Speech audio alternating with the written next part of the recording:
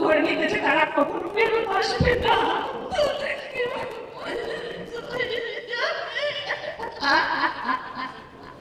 একটা স্ত্রীর জন্য যেটা কত কষ্ট, একটা স্বামীর চোখে ধরে ধরে সুন্দর রাস্তায় দাঁড়িয়ে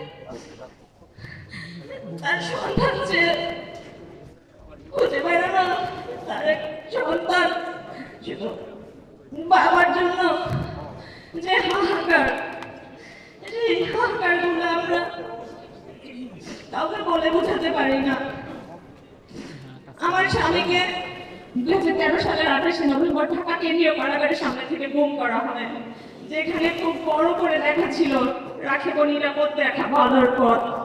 সেই আলো আমাদের জীবনে আর আসেনি, সেই আলো আমাদের জীবন অন্ধকার হয়ে আসছে আমাদের সন্তানের জন্য। আমরা এখন শুধু চাই আমার স্বামীর সন্ধান দিক এবং এই বিচারটা যেন করা হয়। গুম কমিশন যেটা রিপোর্ট, ফাইনাল রিপোর্ট সাবমিট করেছে, সেখানে তারা বলেছে 251 জনকে ধরে নিতেছে, তারা কখনো ফেরত আসবে না।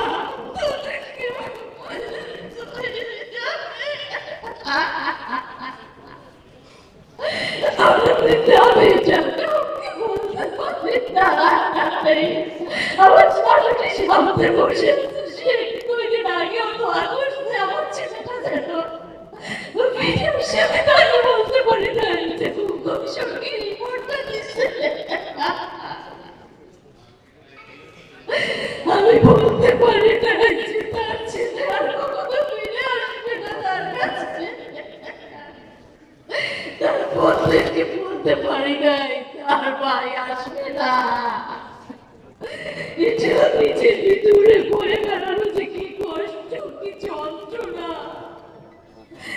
সেটা শুধুমাত্র আমরা জানি, আমরা বুঝতে পারি।